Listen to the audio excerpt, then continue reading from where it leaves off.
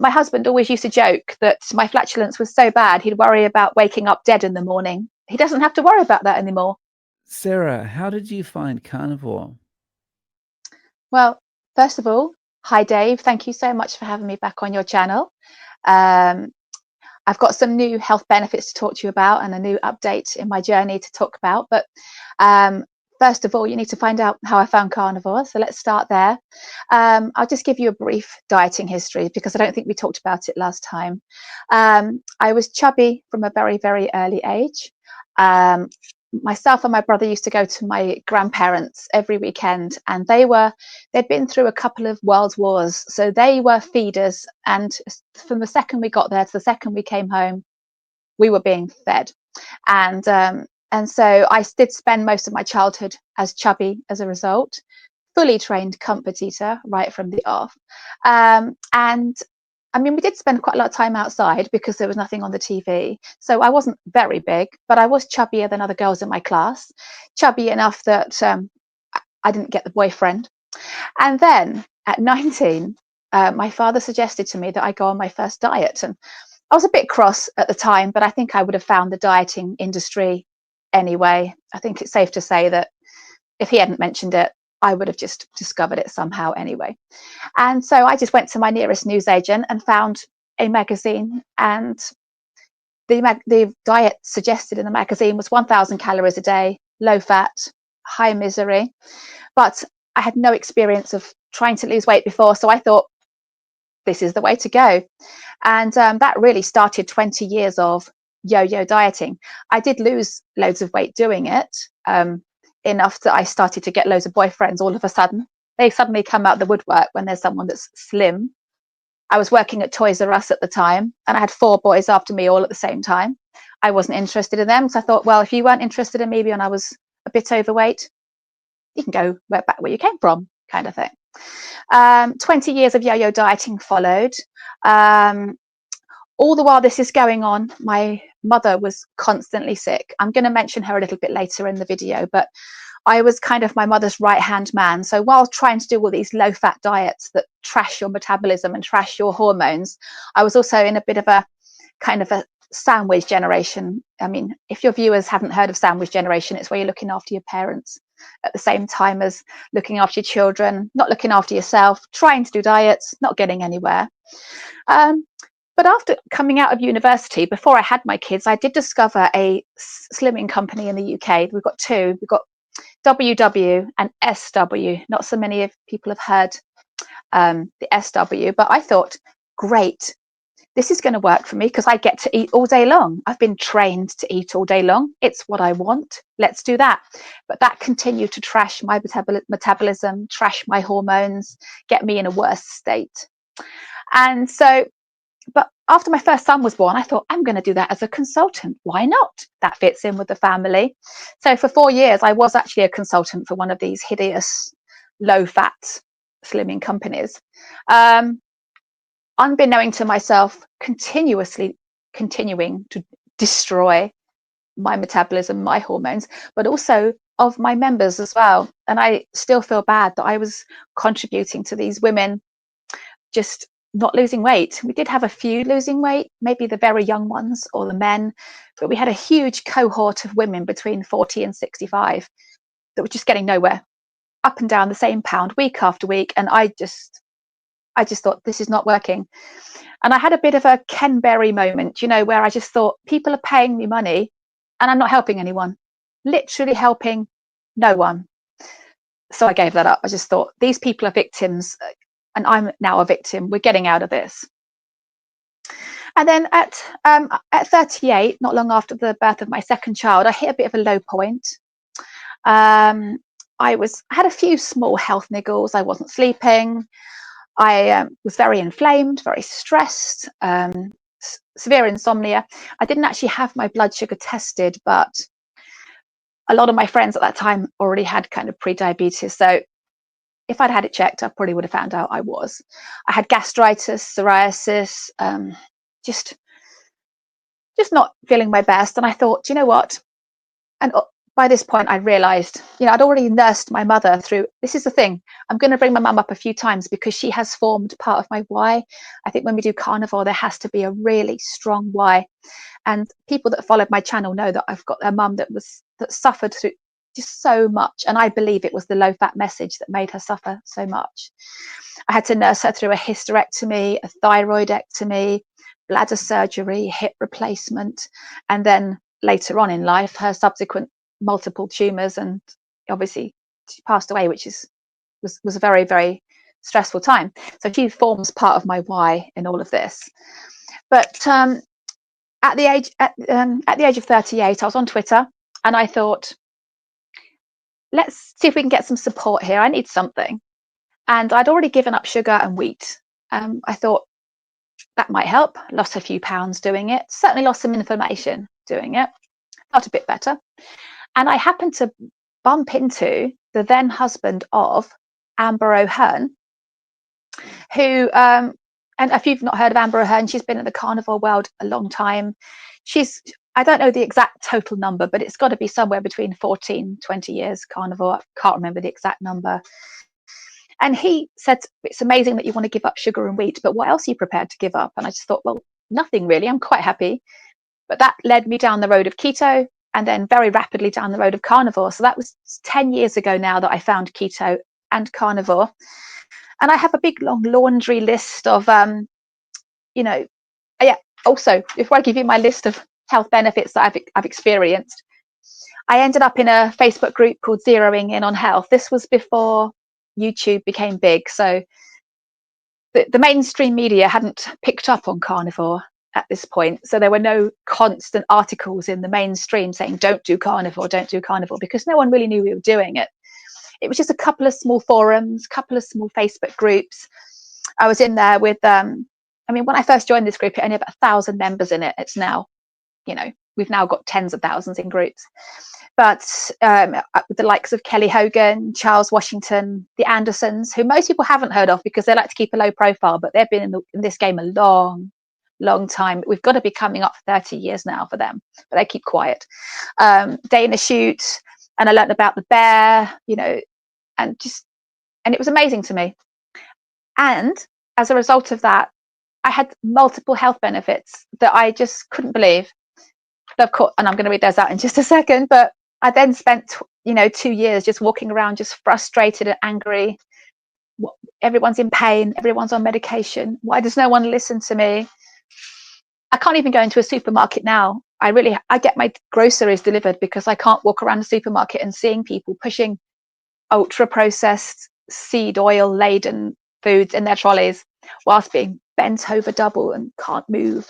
I can't watch it. So I have to have my food delivered because I just can't see it, knowing that there could be that golden ticket that they could just do. And then within 30, 60, 90 days, they're going to feel great. I've got a load of health benefits to talk about. I've written them all down because I forget. Some of them I experienced back 10 years ago. Others of them have just happened this year. So we've got the things that I've healed: gastritis, IBS, bloating, flatulence. My husband always used to joke that my flatulence was so bad he'd worry about waking up dead in the morning. He doesn't have to worry about that anymore. When he wakes up in the morning, he's alive. We're all alive. No one farted. Brilliant. I cured lifelong psoriasis that I've had since I was a baby, really. This year I've lost some skin tags because this year I've taken my carnivore journey to a new level. People that have followed my channel know that I've actually been a little bit scenic, a bit bumpy. There are reasons for that, but this year I've taken my journey a lot more seriously. And as a result of that, I've gone from 15 skin tags down to 3 skin tags. I have got one that I've lost all the small ones. We've got a big one that's still waiting to go. One of them's got a little black tip on it. So I know that this week I'm probably going to lose another one, and then I'll be down to 2 skin tags. And skin tags being related to metabolic, dysfunction. Most people think skin tags are just happen because you put a seat belt on or something like that. But it is a sign of that you're not healthy as you should be. I have no tooth sensitivity. My teeth feel cleaner. Improved mood. No brain fog. I also had one thing that I cleared up this year was no plantar fasciitis. I have no more joint pain. no sugar, carb cravings or hunger. Varicose veins that I had, just all smoothed out, gone away, thread veins. Blood sugar in normal range.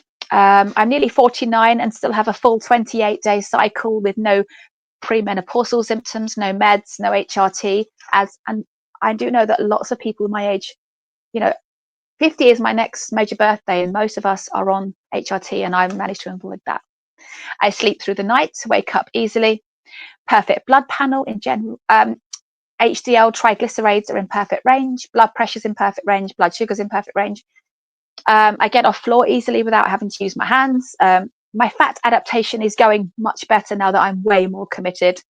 I'm eating twice a day with ease. I know we spoke last time, and I was still kind of that imperfect, bumpy carnivore, and I wasn't really getting that feeling of being full up all day. And you asked me how long I could go without food, and I was like, well, not that long, because I'm a bit of a carnivore wannabe, really. But this year, I'm more successful, and now I can go all day without food. So that's an improvement. All day energy. Earlier this year, though, I did have a dodgy mole appear on my back, and this was the catalyst. This was the why, the straw that broke the camel's back. This was what broke my 9.5 years of, is she carnivore? Is she not carnivore? Is she doing it? Maybe not. I had this dodgy mole appear on my back, and I was just thought, I always said to people and myself that if I ever had something wrong with me that other people would rush down the doctors for, I would do carnivore and stay there. And it's happened. This dodgy mole was the thing, that switch. And I haven't stopped being carnivore. And we're just about to hit 4 months, and I am not stopping, never stopping. That was it. All it took was that one little health niggle that actually made me scared. And I was done. And the amazing thing is, the top of that mole has lifted off, and it's now just a very pale brown. It was quite dark and crusty. And after about 2.5 months into carnivore, 3 months in, the top just lifted off, and now I can barely feel it. And my husband said it looks a lot better. He says I wouldn't bother going to the doctor with that. It looks fine. But that was the thing. That was that switch. There had to be a switch. I always knew that I was going to be a permanent carnivore one day, and that was it. Anything that makes you scared, I was like, I'm done. I am done. Yeah, you just needed that one thing, and now, yeah. And I always said that there would be that one thing. I knew I would be permanent one day, but there had to be that one, that thing that makes you scared, that why that makes you cry, and then I'm done.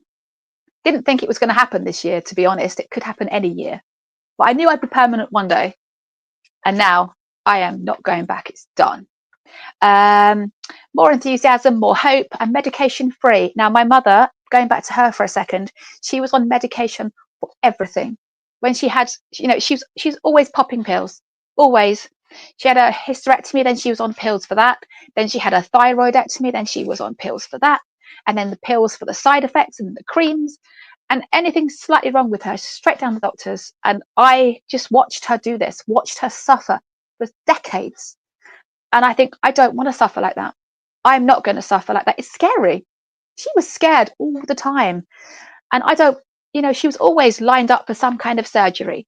She had her hip done, and then her knee started hurting, and then her other hip started hurting. And I better start thinking about getting the other hip done. And I'm like, wow. But those surgeries she had were always terrifying and scary. And I don't want to have anything done like that. If there's anything I can do to not go down that road, I'm going to do it. People say I've got a young disposition, people, I don't think it's necessarily the way I look. It's more that I'm just always very upbeat, very lively. And when I do carnivore, I have very sparkly eyes, and I'm very, excited to be alive. And my friends can tell if I'm doing it or not doing it by just my eyes. So just to clarify, you found this 10 years ago, but but you've been kind of on and off, and this stint now has been 4 months, right? Yeah. Yeah. Which is my longest ever. Normally it'd be about 2 or 3 months, and then I'd get distracted. This time it's 4 months with zero intention of going back. This is it. You've got me as part of the carnivore community. forever. And I'm looking forward to my third interview with you when I've done it for a year and say, you know, that's me just done. Yeah. Mm. Yeah. So what is a day of eating like for you now?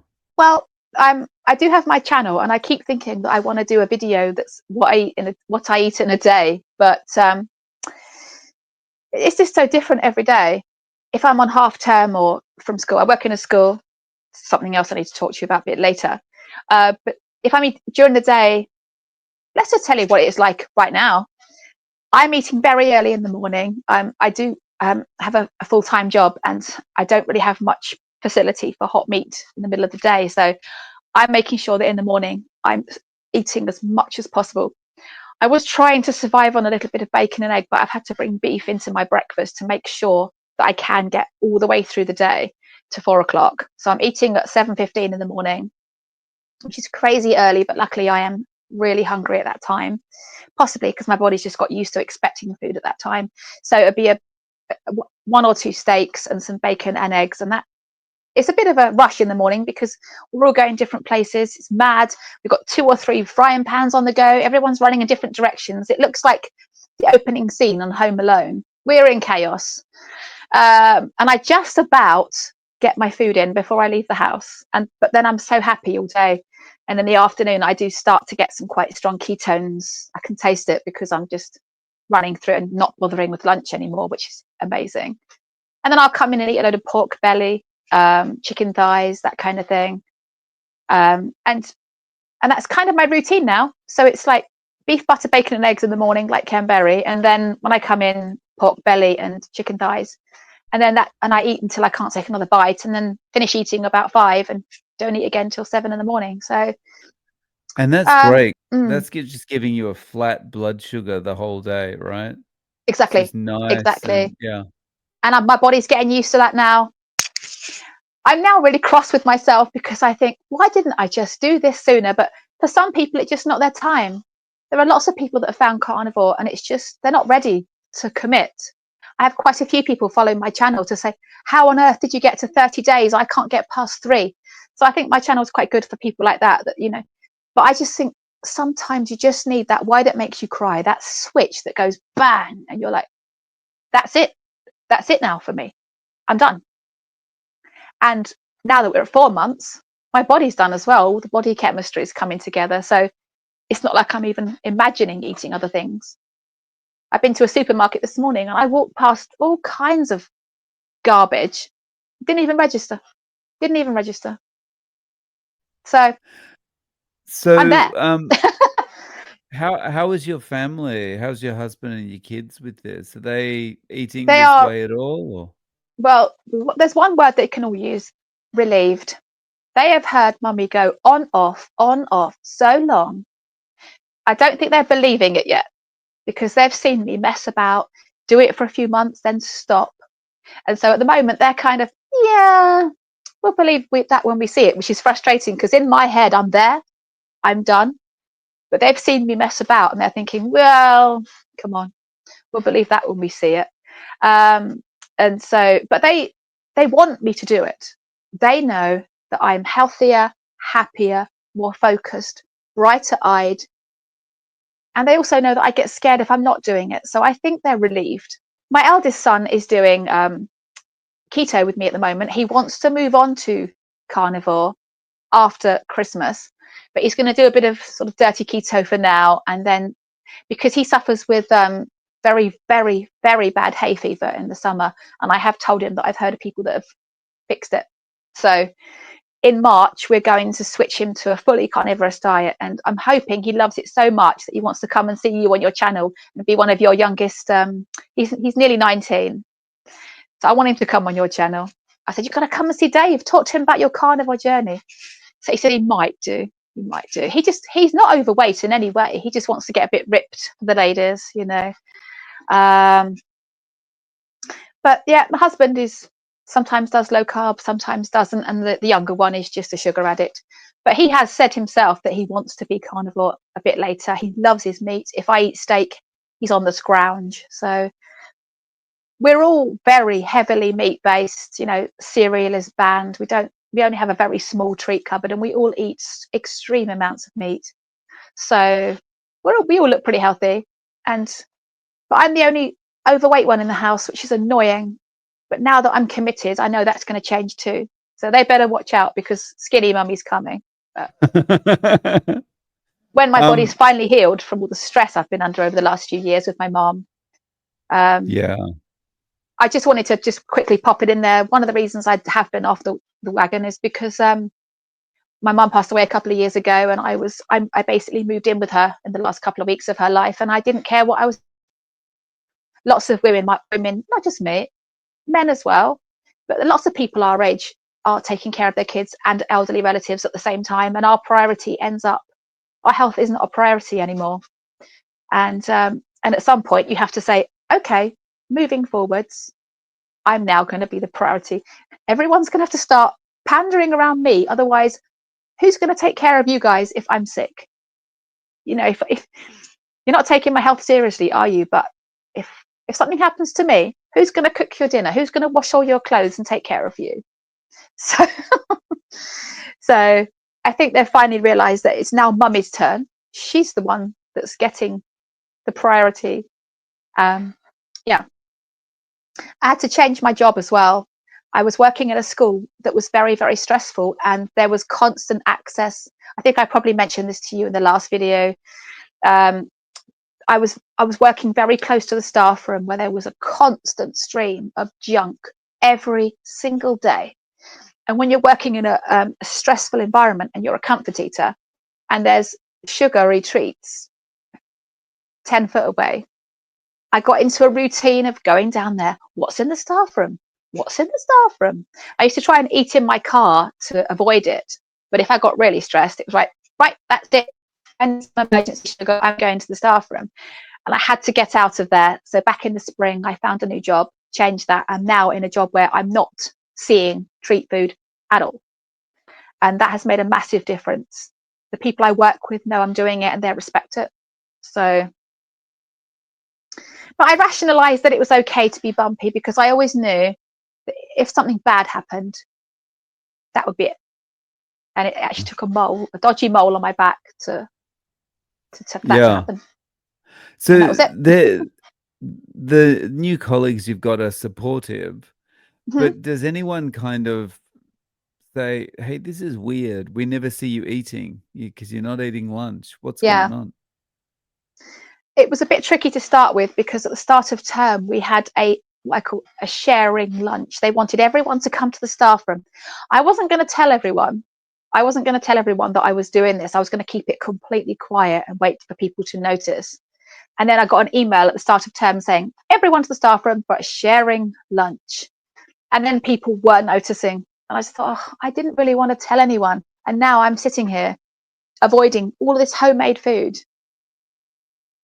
And because I was new, I couldn't just say, oh, I don't really want to come. So because you want to kind of, so I just took in a load of salami and things like that. This was way back though. I'm not even on salami now. This is, my meat's getting cleaner and cleaner and cleaner. But I just sat there. But a couple of people did notice. The one weird thing though was, one person did say to me, oh, are you doing the carnivore diet? My boyfriend's been talking about that. I thought, oh, that's the first time in 10 years anyone in the real world has ever said that to me. So that was a shock. And I actually am working with that person that said that. So she's completely, supportive. She is surprised though that I am losing weight so slowly. Some people that do carnivore, the weight just doesn't fall off like other people. So I don't weigh myself. And I did tell her that, in this 4 months, I've only lost 10 pounds. And she was very shocked. She said, well, the other person, I lost loads of weight. I said, yeah, that's just my world. I have to keep the scales away, because it would just throw me. So I'm concentrating on that day counter each day, every day, waking up, another day, another day, another day, another day. Don't think about anything else. Just concentrate on that. And that seems to have worked. And every day I wake up and I've beaten my record just by breathing and eating meat. Yeah. And so it's much more positive than constantly getting on the scales and seeing nothing. It's just, I just can't be doing with that.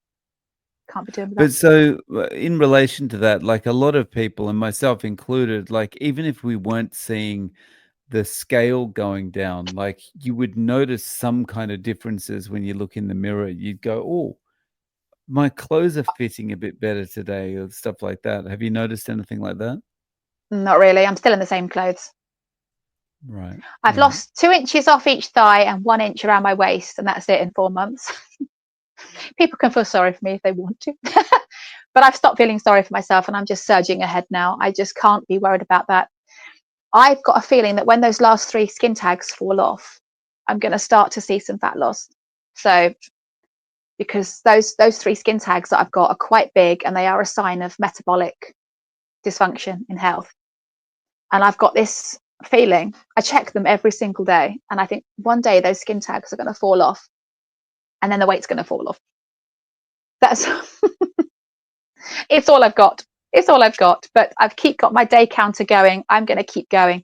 You've got me forever in this carnivore space now. I am never going back to that desperate person who was just bumpy, bumpy, bumpy. It's too depressing to me now. The thought of going back to that, I can't. It's never happening. So, Yeah. So, has mm, anyone outside of your family expressed interest in trying this?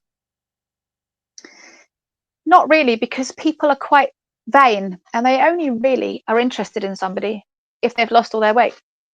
So you could have a, a piece of paper with 50 health benefits on it, and you could say, "Oh, I fixed that on the carnivore diet. I fixed that on the carnivore diet." But if you're not someone that's lost the weight, people are not interested. They're not going to take health advice from someone who's still carrying weight around. So this is why I set up the channel, because I thought maybe I can talk to people that way. Maybe I can find some people to inspire that way, because the people in the real world can see the weight I'm carrying around and they are not interested, which is a shame, because I do know a lot of people my age that could really, really do with going on the carnivore diet. And so I'm now committed so that in 12 months' time, 2 years' time, I can help them. And that's what the channel's about.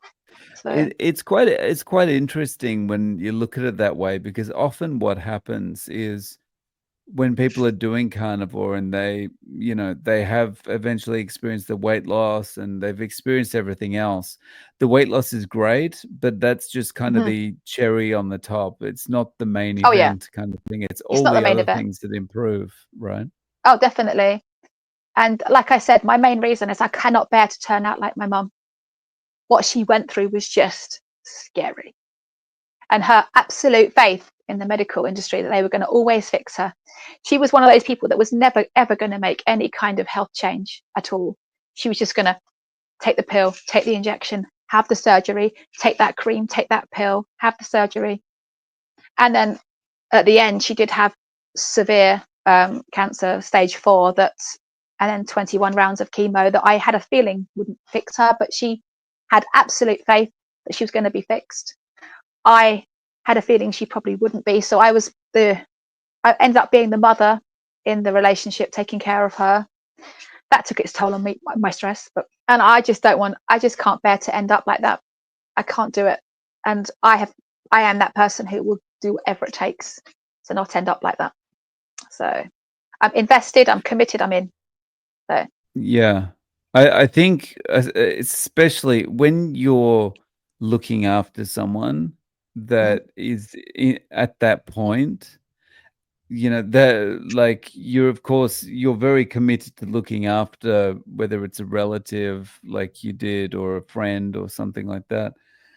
But mm, there is a thought always going through your mind, like, I don't want to end up in this kind of position, right? absolutely.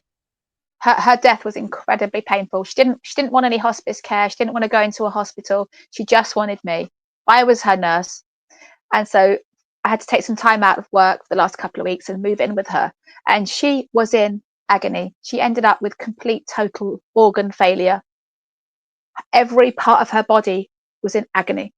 You couldn't touch her anywhere without her screaming in pain. She was high as a kite on morphine, crying all the time. And I never want to see that. And I certainly wouldn't want to put my children through that. I don't, I'm hoping that I just check out one night, don't wake up, because I don't want my children to ever see me suffering in that way and having to put them through that misery of seeing that.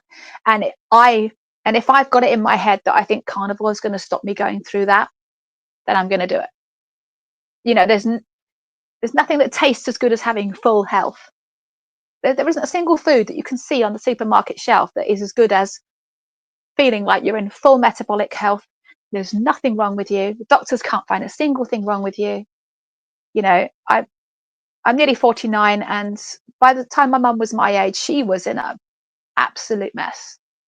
And I'm not in a mess. I'm really optimistic. So that's got to be worthwhile. Go on. So there's a lot of things that have got you to the point where you're very committed to carnivore now, like the mole that you notice, the fact you Mhm. don't want to end up in the same position that your mum did, all of these things. Is there any other changes you needed to make to kind of keep you on the straight and narrow?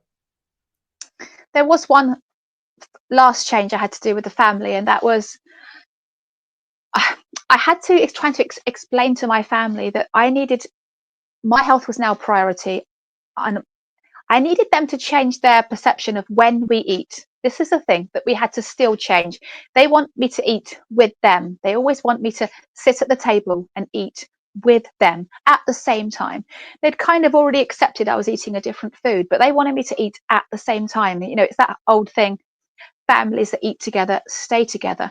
Well, if you're on a carnivore journey all by yourself, you need to actually be eating when you're hungry, not by the clock, not by then they say it's time to eat. And I was never doing the proper carnivore eating schedule like other people say. I was coming in from work a bit peckish. Don't want to eat now because the time to eat is 6:30 when everybody else is eating. So I'm going to snack now. So I'm going to have a piece of cheese or some pork rinds or something or another, or a little bit of this or a little bit of that. And then when it actually came to the meal that the family were eating, I wasn't hungry enough. I didn't eat enough. And I could never settle into that routine that other carnivores talk about, of that once a day, twice a day, because I was constantly worrying about what other people thought, fitting in with their expectations. For me to be a permanent carnivore, I had to say, leave me alone, let me do my thing, let me eat when I eat. Please stop asking me to come and eat with you. I'll come and sit with you. If we're all eating, I'll come and sit with you. I'll bring a glass of sparkling water or something and we'll have a nice conversation. But I may not be eating, and that needs to be okay with you. Because if that's not okay with you, I am never, ever going to get this down. I need to eat. When I'm hungry, stop when I'm full. When I'm hungry, stop when I'm full. And the worrying about, see what I mean? I had to check. That was a big change. And then when we went on the family holiday back in August, they finally got it. One evening we were eating together and I didn't have any food because we came back from the beach. I was starving. I threw some steak down my throat straight from the fridge. I was starving. When I came to sit down, I didn't have any food and they said nothing. They said nothing. But any minute now, one of them is going to say, are you not eating with us? Are you not eating with us? No. I ate when I was hungry, which is what I'm supposed to be doing, right? And they finally got it, and the penny finally dropped. And so, with a new job, less stress, and eating at the correct time for me, I finally cracked it after all these years of messing about. I'm finally there. And I can't wait to talk to you when I'm at 1 year and tell you that I'm still doing it. That was it, That's really. awesome. Yeah, that's Yeah. awesome. It can, I totally understand the difficulty getting people to Mm-hmm. understand that you're not gonna be eating. You can Mm-hmm. enjoy the time with them, Yep. but you're not necessarily gonna be eating at the same time as them, Yep. 'cause there's so many emotions involved in that. Yep. And, like, from the other people, there can be the emotions like, but for me, only feels like dinner if you're actually eating. Yep. But then there's Mm. the other side where maybe they feel like, "Well, if you don't wanna eat, you don't wanna eat, I don't mind, but I kind of feel bad because I'm eating and you're not eating." So Yep. it's like Yep. this, so there's all it takes a while to get over those emotions and stuff. And they had Yeah. and they had to get over it basically, because I knew that if they Mm. couldn't get over that, I was never going to be successful. I was always going to keep slipping up because the snacking was going to keep happening. The eating when they want was going to keep happening. And I was never going to settle into that routine of eating when hungry, stopping when full that I've been trying to do for 10 years. I had to have a sit down with them and say, this is what I need from you guys. I'll promise to be carnivore forever, but this is what I need in return. And I got it. And I finally got through to them in August. And now we're Nice. done. Yeah. Nice. Yep. So how can we find you on YouTube, Sarah? Yep. Well, hopefully I've got it spelt right. My channel's Healthy Carnivore UK. I changed that once I switched to permanent. Last year I was Imperfect Carnivore because it just stopped people attacking me. Now we've got the right channel name, and that's going to be permanent. So if anyone wants to come on my channel, I'm the one there that's supporting the people that are struggling. My channel is always going to be down to earth, not intimidating, and encouraging for the people that need help to get to 30 days. They just can't get to 30 days or 60 days or 90 days. And they'll know that I've struggled. And they'll say, well, how did you get to 30, 60, 90 days, Sarah? Tell me what you did. And that's what my channel is going to be about. And it will never be intimidating, and it will always be approachable. I'm never going to change my format. It's always going to be a silly, crazy channel, but people will be able to come there and feel comfortable. And that's what I want. Nice. Well, Mm-hmm. I'll link to your channel in the show notes. Thank you. Sarah, thanks for coming back on and sharing an update with us. And I'm really happy You're to very hear welcome. that things are going smoothly. Very smoothly. I can't wait to come back when all the weight's gone, and it will, because it can't fail to now. It will happen.